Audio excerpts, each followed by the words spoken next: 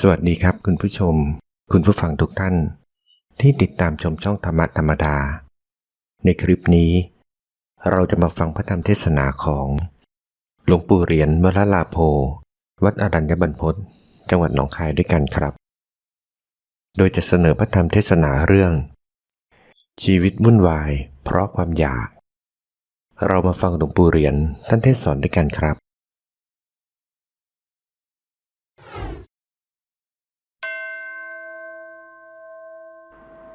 คนเรามันเกิดมาด้วยอำนาจแห่งอวิชชาตัณหาให้พากันเข้าใจวิถีชีวิตของตนเองอวิชชาก็ไม่รู้จักทุกข์ไม่รู้จักเหตุให้เกิดทุกข์ไม่รู้จักความดับทุกข์ไม่รู้จักข้อปฏิบัติให้ถึงความดับทุกข์ดังนั้นจึงได้วนเวียนเกิดแก่เจ็บตายอยู่ในโลกอันนี้จึงมาหลงสำคัญรูปกายนี่เป็นตัวเป็นตนเป็นเราเป็นเขา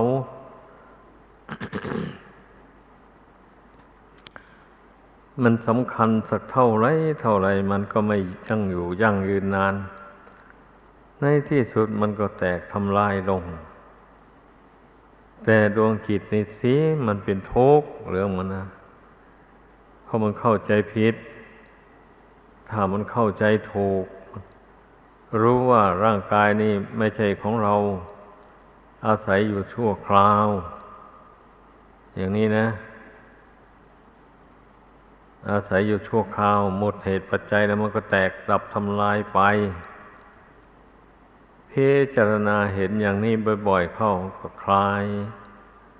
ความยึดมั่นถือมั่นในรูปร่างกายนี้ไปเรื่อยๆอย่างนี้แหละมันจึงจะมองเห็นหนทางพ้นทุกข์ไปได้เรามาฝึกฝนจิตใจที่มันไม่รู้นั่นนะให้มันรู้มันฉลาดขึ้นมาหมายความว่าอย่างนั้นแล้วก็เมื่อมันรู้ขึ้นมาว่าร่างกายไม่ใช่ตัวตนแก่นสารอะไรอย่างนี้แล้วมันก็ทำตัณหาให้น้อยเบาบางลงไปความทะยานอยากต่างๆอันเป็นไปในทางบาปทางกรรมเวรมันก็ไม่ทำกันเนี่ยไม่ว่าชาววัดไม่ว่าชาวบ้านถ้ารู้แจ้งในร่างกายตามเป็นจริงนะมันไม่ทำบาปไม่รู้อำนาจแก่ตัณหาความอยากไปในทางที่เป็นบาปเป็นกรรมเป็นเวรเป็นอย่างนั้นดังนั้นจึงว่าทุกคนขอให้พิจารณาดูเหตุปัจจัยแห่งชีวิตนี้เหตุที่เราจะได้มาเสวยทุกข์มาได้เกิดมาแล้วก็มาปรับทุกข์ต่อกันอยู่อย่างนี้หน่อยหนึ่งคนหนึ่งก็เจ็บลงไปหน่อยหนึ่งกับคนหนึ่งก็ถึงความวิบัติลงไปแล้วก็ต้องวุ่นวายต้องรักษาดูแลกันช่วยเหลือกันให้อยู่นานไปไอ้ตัวเราผู้ช่วยคนอื่นเนี่ยก็วิบัติลงในที่สุดก็ตายไปไอ้อย่างนี้นี่มันไม่คิดมันไม่พิจารณากันคนส่วนมากนะอาศัยแต่ความอยากเป็นประมาณความอยากมันท่วมท้นจิตใจมันทำให้ความอยากได้ในหัวใจนั้น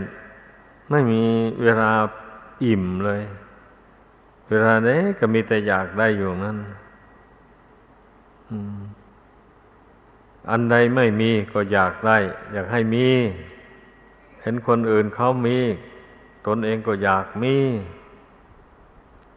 อย่างนี้นะหรือมีน้อยก็ไม่พอใจอยากได้มีมากคันมีมากขึ้นมาเท่านี้แล้วก็ยังไม่พอก็อยากให้ได้มากไปกว่านี้ เมื่อความอยากมันแรงกล้าขึ้นมาแล้วหาเอาโดยทางสุจริตไม่ทันอกทันใจก็หาเอาในทางทุจริตไปก็สร้างบาปสร้างกรรมไปก็เพราะตัณหานี่แหละกับอวิชชาความไม่รู้นี่เองความไม่รู้ว่าทำอย่างนั้นนะมันเป็นบาปเป็นโทษนำทุกข์มาให้ทางในปัจจุบันและเบื้องหน้าอย่างนี้มันก็ไม่รู้ไม่รู้อย่างนี้นะถึงได้ทำลงไปดังนั้นอันกิเลสตัณหาอวิชชาเหล่านี้นะมันเป็นเหตุให้คนทำกรรมดีกรรมชั่วกรรมชั่วมันให้ผลแล้วไม่มีอะไรจะมาลบล้างได้มันต้องให้ผลไปจนหมดเขตของมันแต่คนทั้งหลายมันไม่รู้นี่ยังเข้าใจว่าเจ็บไข้ได้ป่วยลงบางรายที่เชื่อสิ่งศักดิ์สิทธิ์ภายนอกหลายก็ไม่ต้องไปหาหมอไม่ไปหาหมอแพทย์หมอยาไปหาหมอดูดวงชะตาราศีไปหาหมอสะเดาะเคราะห์ให้มาสะเดาะเคราะห์ให้นึกว่าตนมันเคราะห์ร้ายมั้งมันถึงเจ็บถึงป่วยเป็นอย่างนี้ให้หมอดูมาเราเขามาเรียกเอาเงินเอาทองไปเยอะแยะเลย ถ้าหากว่าผู้นั้นมีกรรมเวรผลหลังตามมาสนองจริงๆแล้วหมอไปชำระสะเพิกมันก็ไม่มีทางที่จะหายได้ไปกำจัดก็ไม่มีทางจะหายได้อย่างนี้นะคนเราไม่รู้มันจึงเป็นอย่างนี้นะมันจึงดำเนินชีวิตไปในทางที่ผิดแสวงหาที่พึ่งอันไม่เป็นแก่นสารเลยเป็นอย่างนั้น เพราะฉะนั้นพุทธบริษัททั้งหลายมันควรจะรู้ควรจะฟังควรจะพิจารณาให้รู้คำสอนของพระพุทธเจ้าให้ได้ไม่ใช่ว่าฟังเทศน์เอาบุญเท่านั้นแล้วเราไม่จำไม่ใส่ใจอะไรไว้เลยท่านแสดงเรื่องสำคัญก็ไม่ได้ใส่ใจไม่จดจำเอาเลยนึกว่าฟังเทศน์เอาบุญพระเอวังแล้วก็แล้วไปก็กลับบ้านไปแล้วก็ไม่มีความรู้ในทางศีลธรรมอะไรติดตัวไปเลยอย่างนี้น่าเสียดายความรู้ความเห็นของคนเรามันเป็นอย่างนี้แหละยังว่าอันบุญนั่นน่ะมันก็ได้อยู่วันยั่งค่ำแหละเมื่อเราเจตนาเคารพต่อพระพุทธเจ้าพระธรรมพระสงฆ์แล้วแต่ความรู้นี่นะถ้าหากว่าไม่ตั้งใจฟังไม่ตั้งใจจำเอาจริงๆมันจะไม่ได้เลยมันเป็นอย่างนั้นเดิมนะเมื่อมันไม่รู้มันไม่เข้าใจหลักปฏิบัติอย่างแท้จริงแล้วมันก็ปฏิบัติผิดไปอย่างที่ว่ามาแล้วนั่นแหละก็เจ็บไข้ได้ป่วยลงก็กลัวล้มกลัวตายใครแนะนำให้อย่างไรก็ทำไปหมดผิดหรือถูกไม่รู้คิดว่าพิธีกรรมที่ทำนั้นจะช่วยตนให้พ้นจากความเจ็บความตายอันนี้ไปได้มันก็เข้าใจไปอย่างนั้นบางคนก็เข้าใจไปในสิ่งศักดิ์สิทธิ์อื่นๆเพิ่มเติมเข้าไปอย่างสมัยทุกวันนี้นะหลายลัทธิเลยที่เกิดขึ้นในเมืองไทยเพราะฉะนั้นขอให้พากันเข้าใจว่าลัทธิใดๆก็ไม่ประเสริฐเท่าพระพุทธศาสนาเลยฉะนั้นในฐานะที่เราเป็นคนไทยเป็นชาวพุทธไม่ควรที่จะไปหลงไหลไปในลัทธิต่างๆเหล่านั้นเขาโฆษณาว่าเหมือนกันแหละอย่างนี้นะก็อันพุทธอันเดียวกันนั่นแหละอย่างนี้นะก็เชื่อว่าเป็นพุทธศาสนาอันเดียวกัน คนที่ขาดปัญญาขาดความใคร่ควร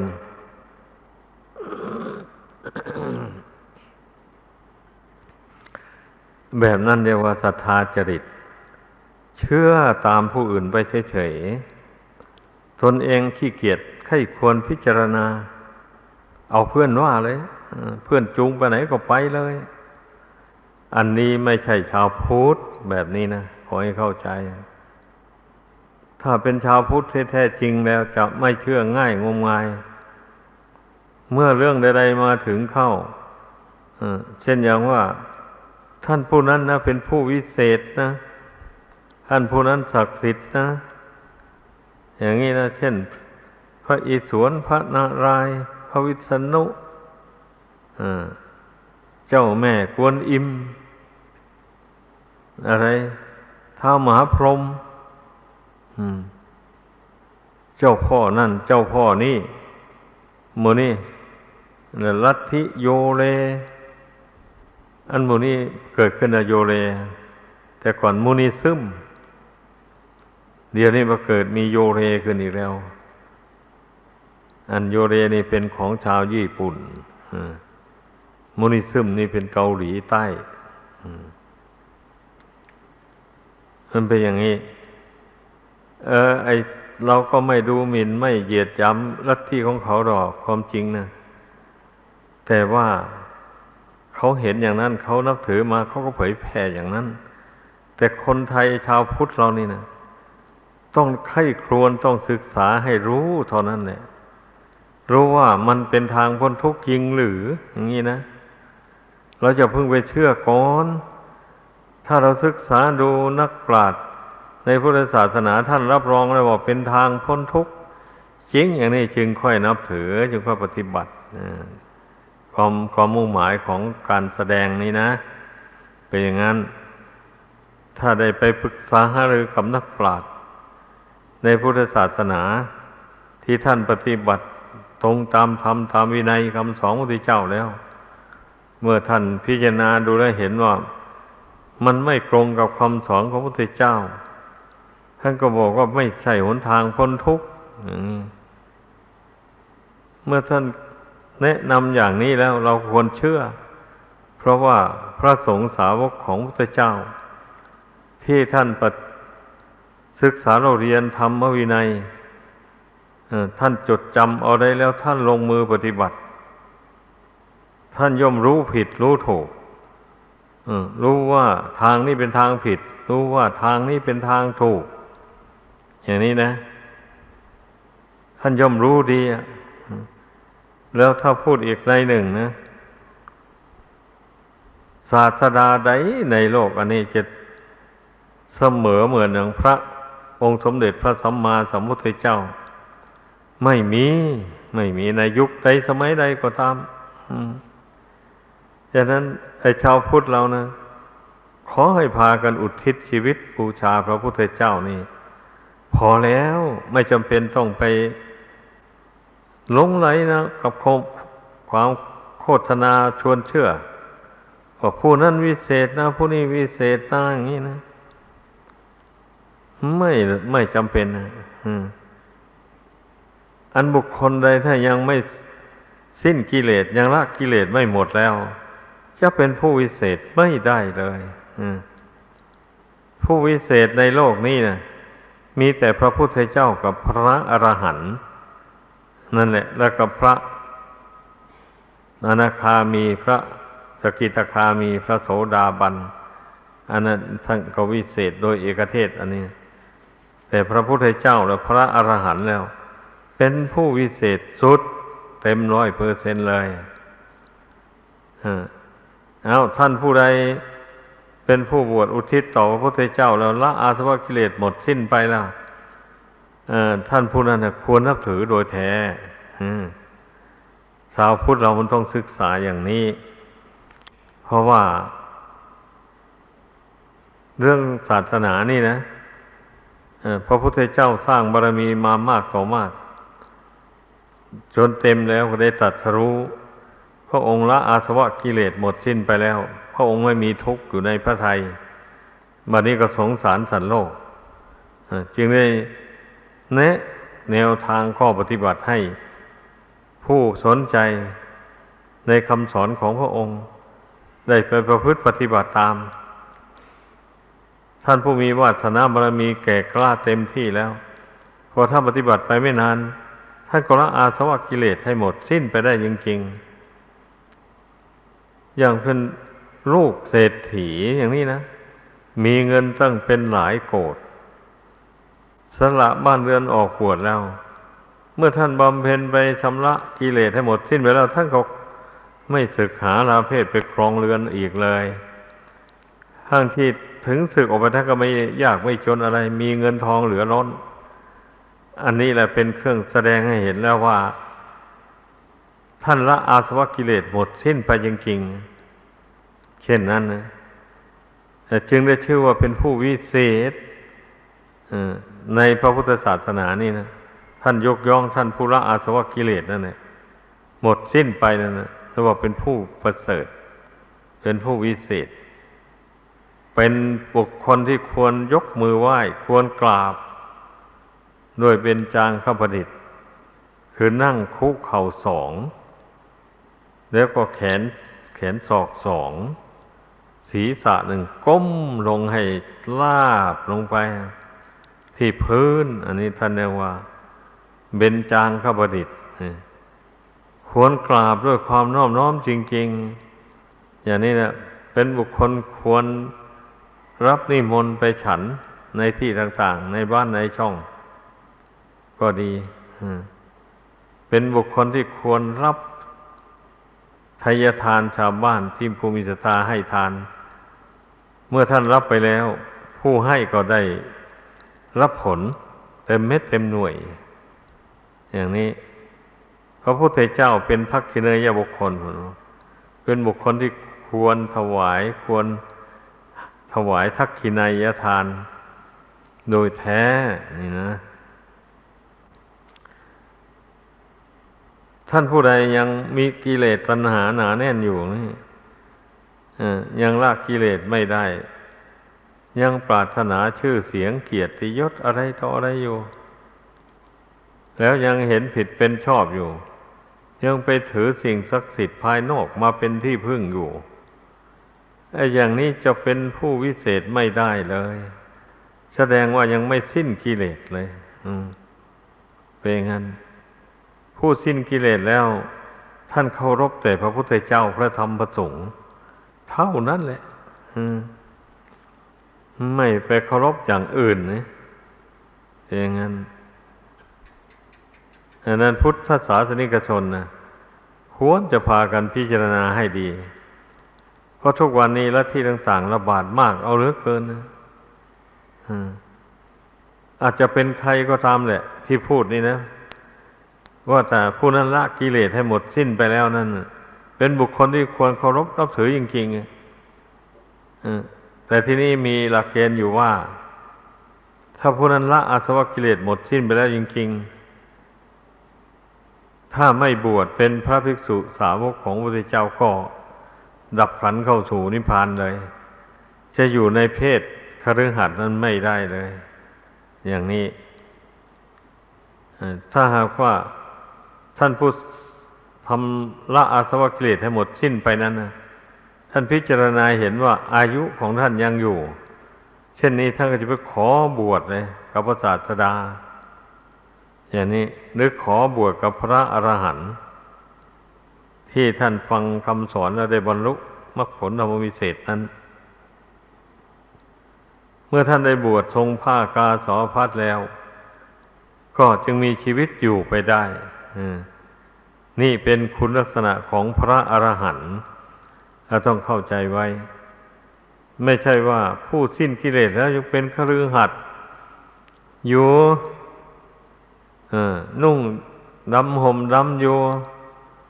อย่างนี้แล้วก็เที่ยวไปให้คนกราบคนไหว้บูชาว่าฉันเป็นพระอรหันต์ไอ้อย่างนี้ผิดจากหลักคำสอนของพระพุทธเจ้าเลย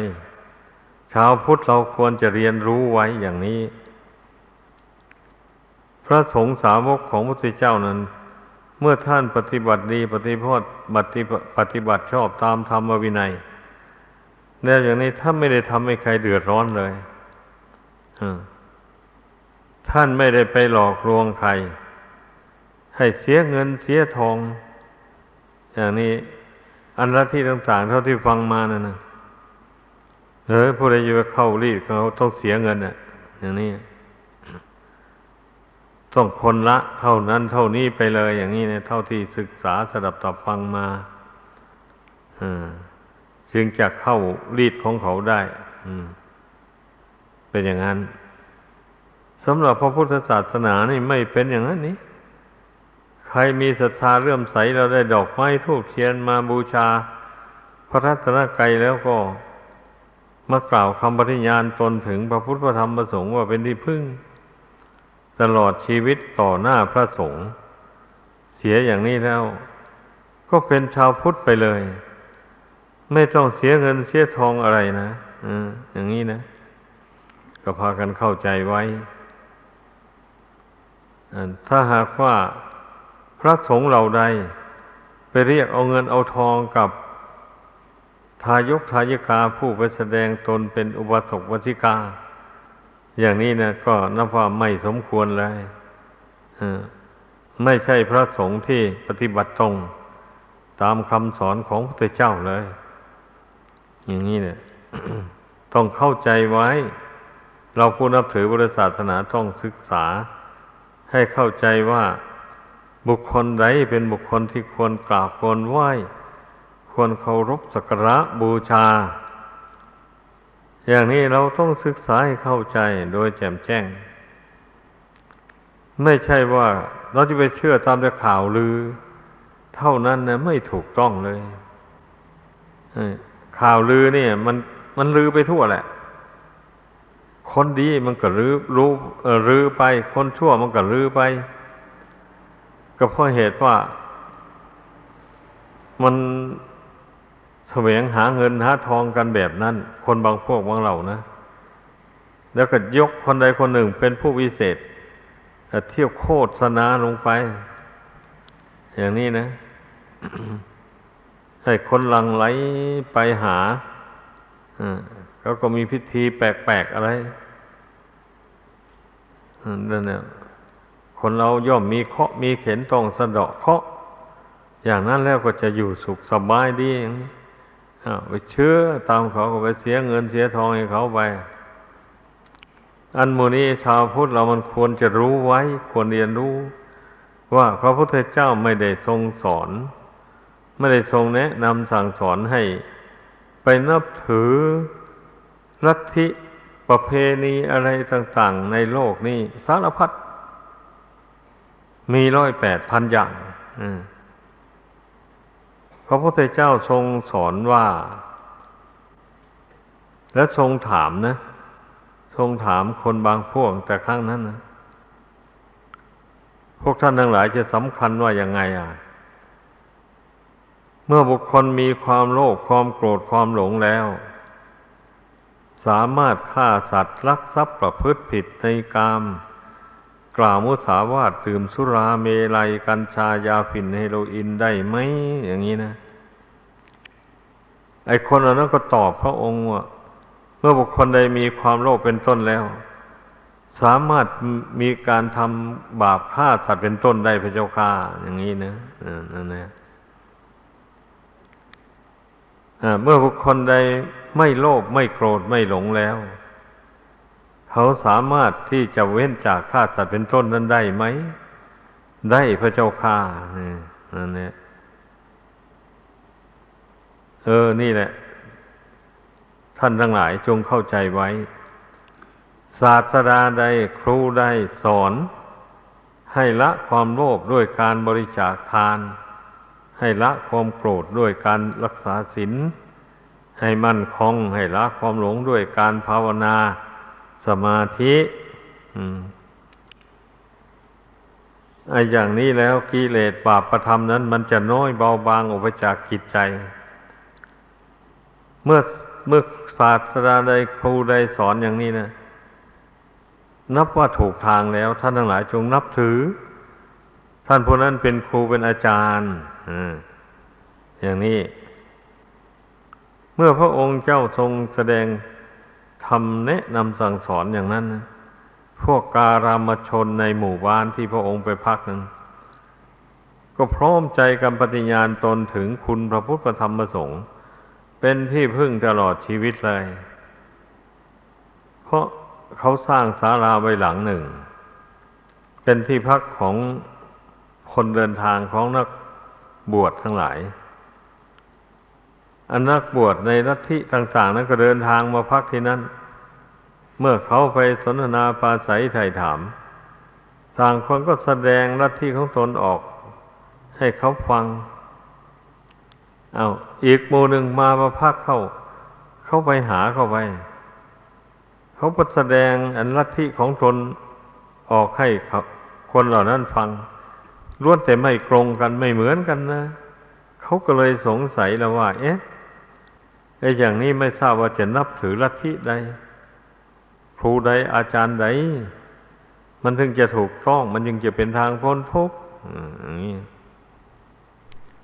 เมื่อมาพบพระศาสดานี่พระองค์ทรงสั่งสอนเอาอย่างที่ว่ามาแล้วนั่นแหละทรงตั้งปัญหาถามให้ตอบเลยคนเหล่านั้นถึงรู้ได้ว่าไอ้ลัทธิที่นักบวชต่างๆสอนมาหมู่นั้นไม่ถูกเลยว่างั้นไม่มีเหตุผลเพียงพอเช่นนั้นเขาจึงไม่นับถืออะไรแบบนี้ก็มานับถือแต่คุณพระพุทธเจ้าพระธรรมพระสงฆ์เป็นที่พึ่งเท่านั้นแล้วเขาก็บำเพ็ญทานรักษาศีลภาวนาฟังธรรมไปก็เป็นการสั่งสมบุญกุศลให้มากขึ้นโดยลำดับไปอย่างนี้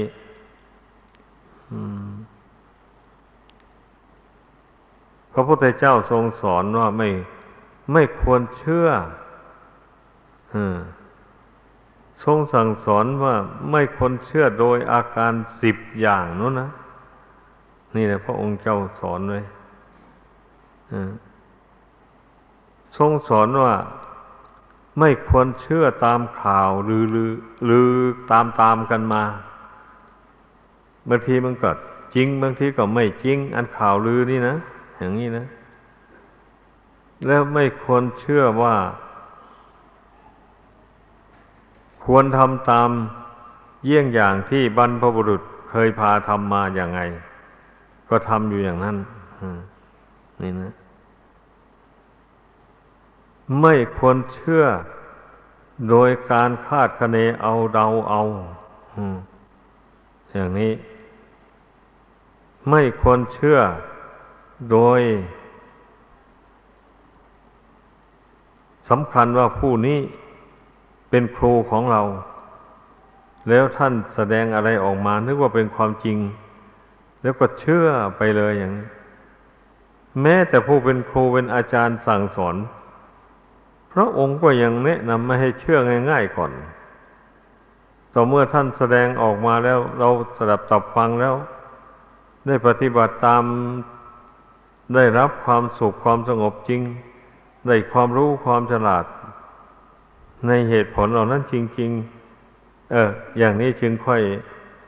นับถือว่าท่านผู้เป็นครูเป็นอาจารย์นั้นดำเนินทางที่ถูกต้องแท้วันนั้นแหละพระองค์เจ้าสั่งสอนนะนี่นะโดยที่ว่าไม่ควรเชื่อปรัมปราหมายความว่างั้นเนี่ยต้องเชื่อให้มีเหตุมีผลที่ว่าในสมบัติอุบาสกนะมีศรัทธามั่นคงในพระพุทธพระธรรมพระสงฆ์แล้วก็มีศีลบริสุทธิ์ไม่ถือมงคลตื่นข่าวคือเชื่อกรรมเชื่อผลของกรรมไม่แสวงหาเขตบุญนอกพุทธศาสนาแสวงหาแต่เขตบุญทำบุญแต่ในพระพุทธศาสนานี้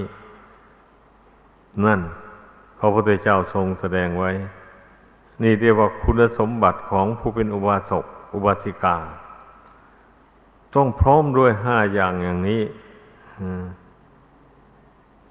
พุทธบริษัทควรเรียนควรจำเอาไว้ข้อสำคัญแท้ๆแล้วการที่มีศีลบริสุทธิ์นี่นะนี่นับว่าเป็นหลักของพุทธศาสนาโดยแท้ ถ้าหากว่าผู้ที่จะเป็นนับถือลัทธิใดศาสนาใดหรือนับถือพุทธศาสนานี่ก็ตามนะ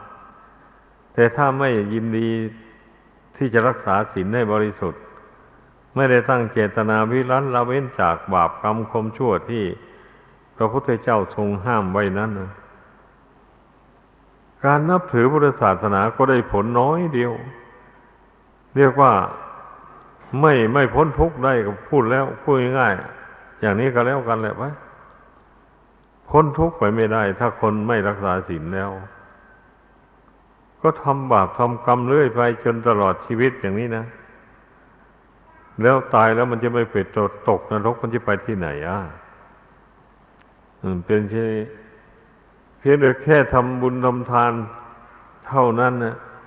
ไม่สามารถที่จะช่วยบุคคลให้พ้นจากนรกได้เลยถ้าไม่รักษาศีลในบริสุทธิ์นะมันเป็นอย่างนั้นแล้วเราจะไปนับถืออ้อนวอนสิ่งศักดิ์สิทธิ์ภายนอกต่างๆนานาขอให้ช่วยตนให้พ้นทุกข์พ้นภัยไม่มีทางสิ่งศักดิ์สิทธิ์พวกนั้นก็ยังไม่พ้นทุกข์ยังต้องเที่ยวเกิดเที่ยวตายอยู่นี่มันจะไปช่วยใครได้อยู่นั้นข้อสำคัญเราต้องช่วยตัวเองนี่แหละอย่างนี้นะเราต้องช่วยตัวเองคือไม่ทำความชั่วนี่แหละคำว่าช่วยตัวเองแล้วพยายามทำแต่ความดีที่ให้เป็นประโยชน์ตนแต่ถ้าหากว่าจะให้ได้บรรลุถึงซึ่งพระนิพพานจริงๆแล้วมันต้องนับถือพระพุทธศาสนานี่โดยตรงบัดนี้นะต้องอุทิศตนต่อพระพุทธเจ้าพระธรรมพระสงฆ์ต้องปฏิบัติตามคำสอนพระพุทธเจ้าคือศีลสมาธิปัญญาอันนี้โดยตรงเลยเนี่ยถึงจะบรรลุพระนิพพานได้แต่แค่สวรรค์นี่ไอ้พวกฤาษีชีไพรรักษาเพียงศีลห้าศีลแปดเท่านั้นเขาไม่ทำบาปและเขาภาวนาเพ่งกสิณได้สำเร็จกสิณฌานแล้วตายแล้วก็ยังไปเกิดพรหมโลกได้ถ้าหากว่าผู้ที่ไม่สำเร็จถึงกสิณฌานเพียงเขามีศีลห้าบริสุทธิ์เท่านั้นตายแล้วก็ไปเกิดสวรรค์พวกฤาษีชีไพรหมู่นั้นเขาไม่ได้นับถือพระพุทธเจ้าพระธรรมพระสงฆ์เป็นอย่างนี้เหตุนั้นจึงว่าไอ้การที่บุคคลจะพ้นทุกข์ได้จริงๆนั้นสรุปแล้วจึงว่าต้องนับถือพระพุทธเจ้าพระธรรมพระสงฆ์เป็นที่พึ่งโดยตรงเลยแล้วปฏิบัติตามคำสอนของพระพุทธเจ้าโดยความไม่ประมาทไม่อุทิศชีวิตต่อลัทธิใดต่อสิ่งศักดิ์สิทธิ์ใดทั้งหมดในโลกอันนี้ใครจะโฆษณาว่าวิเศษวิโสอย่างไรก็แล้วแต่ผู้ที่มีปัญญานิยมมองเห็นว่าไม่มีวิเศษอะไรหรอกเพราะว่าไอ้ลัทธิใดพิธีใดมาช่วยเหลือคนได้หายเจ็บไข้ป่วยได้อย่างนี้นะไม่จริงหรอกไม่จริงไอ้คนเจ็บป่วยบางคนน่ะมันจวนจะหายอยู่แล้วไปหาหมอผีเข้าหมอผีเป่าพ่นทำท่านั่นท่านี้หน่อยว่าหายไปว่าหายเยอะหายด้วยหมอจริงๆอย่างนี้ถ้าลองโรคภัยไข้เจ็บอย่างรุนแรงจริงๆดูเช่นโรคมะเร็งโรคฝีดาษโรคเบาหวานโรคเอดส์ลองไปหาดูสิผู้ศักดิ์สิทธิ์ทั้งหลายในโลกนี้จะช่วยได้ไหมนี่นะเพราะฉะนั้นชาวพุทธเราไม่ควรที่จะงมงายเกิดแก่เจ็บตายนั้นเป็นกฎธรรมดาอยู่แล้วใครๆก็ย่อมล่วงพ้นไปไม่ได้เมื่อเกิดมามีธาตุสี่ขันธ์ห้าอยู่นี้แล้วมันจำเป็นต้องได้ก้มหน้าตายไปเมื่อมันหมดบุญหมดกรรมลงไปแล้วนะก็เคยพูดอยู่ก็ยังว่าบุญกรรมที่นำคนเรามาตก นำจิตวิญญาณมาเกิดในรูปอันเป็นคนอย่างนี้บุญกรรมอันนั้นมันก็ไม่เที่ยงก็อย่างว่ามันมีขอบเขตนะถ้าบุญกรรมอันนั้นมันหมดลงอันนี้รูปนี้มันก็ตั้งอยู่ไม่ได้ใครจะไปสำละสะสางอ้อนวอนบูชายันอะไรสักกี่ร้อยครั้งมันก็ไม่สามารถจะช่วยให้มีอายุยั่งยืนนานได้เลยอย่างนี้นะแล้วคนมีปัญญาต้องพิจารณาเหตุผลนะนั่นแหละพระพุทธเจ้านะพระองค์เป็นผู้รู้แจ้งเห็นจริงในธรรมของจริงพระองค์เจ้าแสดงอริยสัจธรรมทั้งสี่พระองค์จึงยกทุกข์นี่ขึ้นเป็นบทบาทเบื้องต้นเลยสอนให้ผู้ฟังทั้งหลายได้รู้จักทุกข์ในชีวิตนี้คือเกิดมาแล้วมันแก่มันเจ็บมันตายความแก่มันก็เป็นทุกข์ความเจ็บป่วยไข้ก็เป็นทุกข์ความตายก็เป็นทุกข์นี่เกิดมาก็เป็นทุกข์ก็เพราะเกิดมาแล้วมาหาเลี้ยงมันหาอาหารการบริโภคมาเลี้ยงมันหาผ้าให้นุ่งให้ห่มสร้างบ้านสร้างช่องให้อยู่อาศัยเจ็บไข้ได้ป่วยลงหาหมอต้องเสียเงินให้หมอค่ารักษาต่างๆนานาหมดนี้ลองดูสิร่างกายอันนี้ที่ว่าเกิดมาแล้วจะเป็นสุขล้วนๆมีเหรอมีทุกข์นั่นแหละมากกว่าสุขนะอย่างนี้นะแล้วความจริงมีอยู่อย่างนี้แล้วเรื่องอะไรจะไปป้วนปั่นดิ้นรนไปขอร้องอ้อนวอนในสิ่งศักดิ์สิทธิ์มาช่วยตนอย่าให้ตนแก่ง่ายอย่าให้เจ็บง่ายอย่าให้ตายเร็วมันจะได้อย่างไรของมันมีกฎเกณฑ์ของมันอยู่นะทุกสิ่งทุกอย่างนะมันมีเหตุมีปัจจัยอยู่หมดนะในโลกอันนี้นะสิ่งที่ไม่มีวิญญาณครองเช่นต้นไม้ใบหญ้าอย่างนี้นะมันก็เกิดจากเหตุอะไรเหตุนะ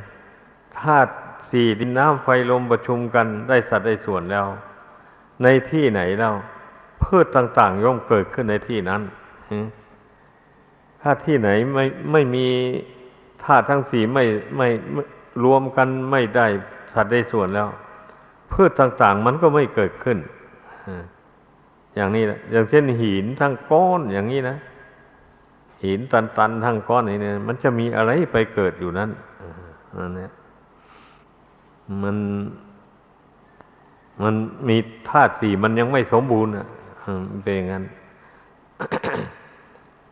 บัดนี้คนและสัตว์นี่นะมันก็เกิดจากกรรมบัดนี้นะต้นไม้ใบหญ้าเกิดจากอุตุธาตุเปล่าๆไม่ได้เกิดด้วยกรรมดีกรรมชั่วไอ้คนและสัตว์นี่เกิดจากกรรมดีกรรมชั่วตกแต่งให้กรรมดีกรรมชั่วมาแต่ไหนมันได้ทำกรรมดีกรรมชั่วมาแต่ชาติก่อนนู่นเมื่อกรรมดีกรรมชั่วอันนั้นหมดลงไปแล้วไอ้กรรมดีกรรมชั่วที่ทำเพิ่มเติมนี่ก็นำดวงจิตมาเกิดในชาตินี้มาเกิดให้เป็นคนขึ้นมาอาศัยธาตุของมารดาบิดาอย่างนี้นะเดี๋ยวเมื่อเกิดมาแล้วก็อาศัยข้าวอาศัยน้ำอาศัยผ้านุ่งผ้าห่มอาศัยที่อยู่อาศัยอยู่ยาอย่างว่านั่นแล้วก็อาศัยบุญกุศลที่ทำมาแต่ก่อน ช่วยรักษาไม่ให้ล้มให้ตายก่อนเนี่ยไอ้ร่างกายนี่มันจะอยู่ไปได้นะมันต้องอาศัยอย่างนี้ ไอ้ถ้าหากว่าหมดบุญหมดกรรมลงไปแล้วถึงแม้จะมีอาหารมีที่อยู่ดีๆยังไงมีอาหารดีๆยังไงมันก็ไม่มีประโยชน์เลย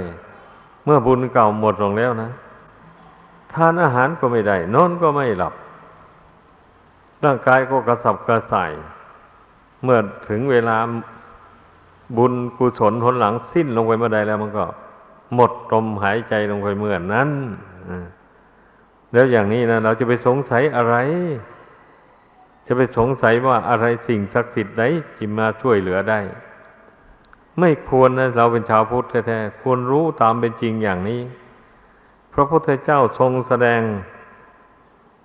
วิถีชีวิตของคนเรานี่แสดงตามความเป็นจริงเลยพระองค์ไม่ได้ สมมุติไม่ได้ปั้นไม่ได้แต่งให้เกินไปจากความเป็นจริงไม่มีอ่ะ เอาถ้าจะมีปัญหาขึ้นว่าไอ้ถ้าหากว่าอาศัยบุญกรรมเป็นเครื่องตกแต่งแล้วทำไมคนเราจึงมีความเป็นอยู่ไม่เหมือนกันอย่างนี้นะเอาก็ต้องตอบว่าเพราะการทำกรรมดีกรรมชั่วแต่ชาติก่อนนั้นไม่เท่าเทียมกันไม่เหมือนกันเลยความชอบใจแห่งการทำบุญกุศลก็ไม่เหมือนกันบางคนก็อยากชอบใจให้ทานข้าวด้วยของกับอย่างนั้นอย่างนั้นบางคนก็อยากได้ให้ทานข้าวอาหารอย่างนู้นอย่างนู้นบางคนยังให้ทานผ้าสีแดงบางคนก็ชอบใจจะให้ทานผ้าสีเหลืองสีขาวอะไรอย่างนี้นะนั่นแหละบางคนก็ชอบอยากให้ยานเป็นทานบางคนก็ชอบอยากให้แสงสว่างเป็นทานอะไรหมู่นี้เนี่ยมันไอความชอบใจของคนเราไม่เหมือนกันเลยนะให้คิดดูอย่างนี้ก็แล้วกันแล้วบางคนก็ทำมากบางคนก็ทำน้อยอย่างนี้นะเวลาผลมันอำนวยให้มันก็มากมันก็น้อยตามธรรมดาตามไอ้กำลังของบุญกรรมที่ทำมานั้นเองนะอย่างนี้อย่างที่ยกตัวอย่างให้ฟังว่ากรรมของคนเรานี่นะมันทำลงไปนะอย่างพระนางมัลลิกาอัครมเหสีของพระเจ้าประเสนิโกศลนี่ไปทูลถามพระพุทธเจ้านะเพราะว่าพระนางมัลลิกานี่รูปร่างคล้ำดำขี้ร้ายไม่สวยงามว่างั้นแต่มีปัญญาดีไปทูลถามพระองค์ว่าบุคคลเกิดมาในโลกนี้ทำไมจึงมีความเป็นอยู่แตกต่างกันบางคนก็รูปร่างขี้ร้ายบางคนก็รูปร่างสวยงามบางคนก็มีอายุยืนบางคนก็มีอายุสั้นบางคนก็มีปัญญาเฉลียวฉลาดบางคนก็ไม่มีปัญญาอย่างนี้นะเป็นเพราะเหตุไรหนอนี้นะพระองค์เจ้าจึงทรงตรัสว่าบุคคลใดชอบโกรธชอบอิจฉาริษยาผู้อื่นชอบดูหมิ่นดูถูกผู้อื่นบ่อยอย่างนี้นะบาปกรรมอันนั้นแหละว่าตามตกแต่งเมื่อเกิดมาในชาตินี้ทำให้มีรูปร่างขี้ร้ายขี้เหร่ผิวคล้ำผิวดำไม่สวยไม่งามอย่างนี้แหละเป็นอย่างนั้นกงกันข้ามบุคคลใดไม่ชอบอิจฉาริษยาผู้อื่นไม่ชอบดูถูกดูหมิ่นผู้อื่นไม่ชอบนินทาว่าร้ายผู้อื่นมีจิตใจประกอบไปด้วยเมตตากรุณามีหน้าตายิ้มแย้มแจ่มใสไม่หน้าบึ้งหน้าตึงต่อกับใครต่อใครมีแขกคนไปหากระต้อนรับปราศัยด้วยอัธยาศัยไมตรีอันดีข่มอารมณ์ในใจไว้ได้ไม่หงุดหงิดไม่ฉุนเฉียวเช่นนั้นแล้วบุคคลใดเกิดมาในโลกนี้บุญกรรมอันนั้นนำมาตกแต่งให้เป็นคนมีรูปสวยรูปงามนี่แหละจึงว่าโทษแห่งความเป็นผู้โกรธนี่นะมันทำให้รูปร่างขี้ร้ายขี้เหร่ไม่สวยไม่งามเลยเป็นงั้นบุคคลที่ไม่สนใจในการสดับตรับฟังไม่ต้องการความรู้ความฉลาดตนมีความรู้เท่าไหร่ก็รู้อยู่เท่านั้นแหละไม่สนเลยผู้อื่นพูดให้ฟังก็ไม่เอาอย่างนี้เราเกิดมาชาตินี้ก็เป็นคนอัดอั้นตันปัญญาไม่มีความรู้ความฉลาดอะไรกงกันข้ามแต่ชาติก่อนบุคคลใดสนใจในการเรียนการฟังการท่องการจำเอาวิชาความรู้ต่างๆจากนักปราชญ์บัณฑิตอะไรอย่างนี้เกิดมาชาตินี้อานิสงส์แล้วก็ส่งให้มาเกิดแล้วเป็นคนมีสติมีปัญญาเฉลียวฉลาดทั้งทางโลกและทางธรรมอย่างนี้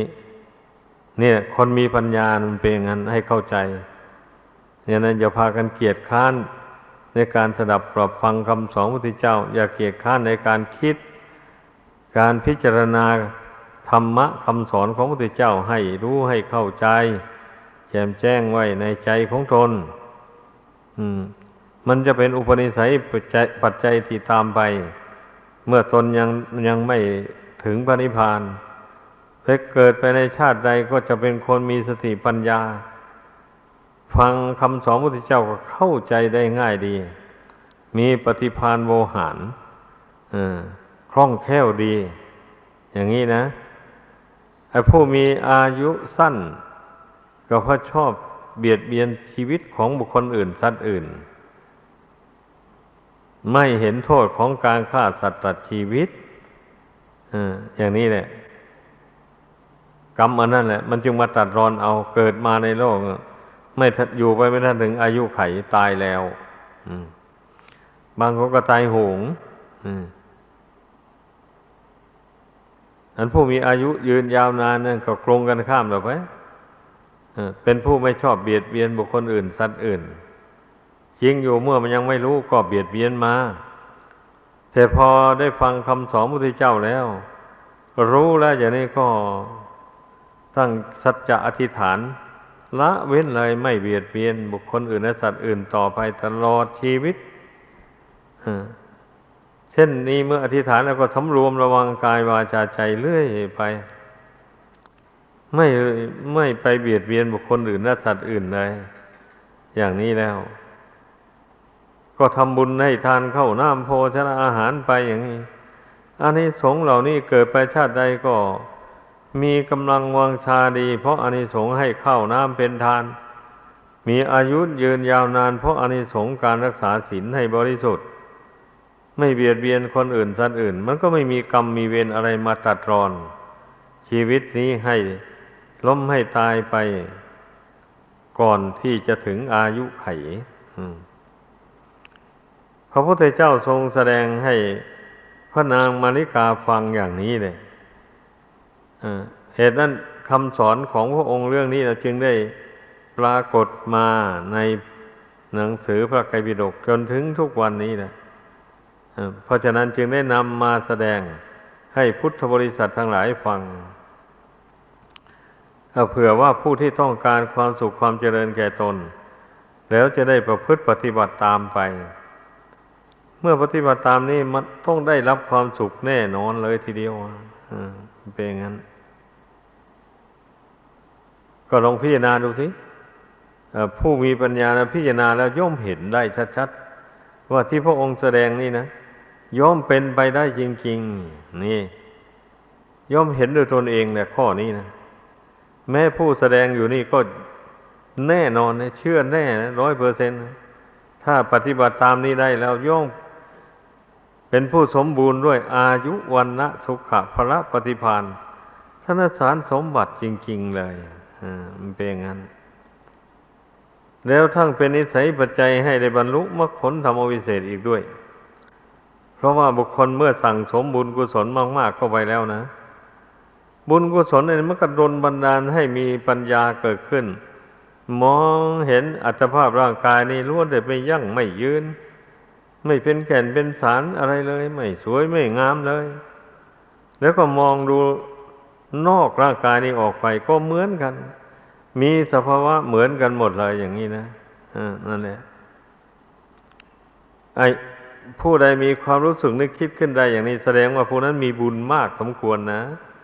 ให้เข้าใจนี่แหละบุญนะมันย่อมหนุนบุคคลให้ถอนตัวออกจากทุกข์ไปโดยลำดับไปเป็นอย่างนั้นเมื่อผู้ใดมีความรู้สึกนึกคิดขึ้นอย่างนั้นแล้วก็อย่างว่านะพุทธศาสนานี่มันก็มีขั้นตอนนะก็มีนักบวชมานี่นะผู้ที่มีบุญหลายมันดลใจอยู่ในการครองเรือนเห็นว่าการครองเรือนนี่มันลำบากมากแล้วก็มันชักจะเว้นจากบาปจากกรรมได้ยากเหลือเกินอย่างนี้เราหนีไปบวชเสียดีกว่าบวชแล้วเราจะได้สำรวมกายวาจาใจไม่ทำบาปไม่เบียดเบียนบุคคลอื่นและสัตว์อื่นอย่างนี้นะแล้วก็มีโอกาสได้ภาวนา ได้ฝึกฝนจิตใจให้สงบระงับมีโอกาสได้ฟังธรรมบ่อยๆอันเป็นบ่อเกิดแห่งปัญญามีโอกาสที่จะละอาสวะกิเลสให้น้อยเบาบางออกไปจากจิตใจได้ผู้ใดคิดเห็นได้อย่างนี้ก็มาบวชถ้าอย่างที่บวชกันอยู่นี่นะสตรีก็ต้องบวชเป็นชีนุ่งขาวห่มขาวโกนผมโกนคิ้วเพราะระเบียบนางภิกษุณีนั้นหมดสูญไปจากโลกนี้แล้วจะไปบวชเป็นพระภิกษุณีสงฆ์ไม่ได้แล้วผู้หญิงก็จึงต้องบวชชีบวชขาวรักษาศีล8เป็นนิจศีลไปบำเพ็ญข้อวัดปฏิบัติไปนี่ผู้เป็นผู้ชายมานี่เมื่อมีบุญวาสนาบารมีแก่กล้ามันก็ดลใจให้เบื่อหน่ายต่อความเป็นอยู่ในโลกอย่างที่ว่านั้นแหละมองไปไหนก็เห็นแต่ทุกข์มองไปไหนก็เห็นแต่ความไม่เที่ยงเห็นแต่ความวุ่นวายหาความสงบระงับได้ยากอย่างนี้นะมองเห็นตั้งแต่วัดวาอารามนี่เนี่ยเป็นที่สงบสงัดไม่วุ่นวายผู้เข้ามาบวชอยู่ในวัดวาศาสนานี่ก็ล้วนแต่เป็นผู้เห็นทุกข์เห็นโทษภัยเหมือนกันเหตุนั้นบวชเข้ามาแล้วจึงไม่กระทบกระทั่งกันไม่ทะเลาะวิวาทกันต่างคนต่างก็สำรวมกายวาจาใจของตนให้ตรงต่อธรรมต่อวินัยเรื่อยไปอย่างนี้แล้วการอยู่ร่วมกันมันก็ไม่เดือดร้อนในวันนี้นะมันก็อยู่ด้วยความสงบสุขทั้งร่างกายและจิตใจนี่ลองพิจารณาดูให้ดีนี่อานุภาพแห่งบุญกุศลทั้งนั้นแหละอันหมู่นี้นะคนบุญน้อยเนี่ยมันก็มาอย่างนี้ไม่ได้มาทำอย่างนี้ไม่ได้เลยไม่มีความสามารถไอ้คนที่บุญน้อยนี่มีเยอะในโลกนี้นะคนที่มีบุญมากนี่มีจำนวนน้อยเต็มทนนะเพราะฉะนั้นเมื่อพุทธบริษัทได้สดับสัมฟังอย่างนี้แล้วก็ขอให้พิจารณาดูตัวของเราเองว่าพิจารณาดูความประสงค์ของตนเองให้รู้ให้เข้าใจคันเมื่อบุญของตนมีมากจริงเนี่ยมันก็โดนบันดาลให้คิดเบื่อหน่ายในการอยู่ครองเรือนดังที่กล่าวมาแล้วนะถ้าบุญของตนยังไม่มากพอมันก็ทำให้มีความยินดีในการครองเรือนอยู่นั้นแต่ไม่ทำบาปหาพยายามเว้นจากบาปจากโทษทั้งหลายให้ได้แล้วอย่างนี้ก็เป็นหนทางพ้นทุกข์ภายในสงสารตามคำสอนของพระพุทธเจ้าได้จริงๆดังแสดงมาขอยุติลงเพียงเท่านี้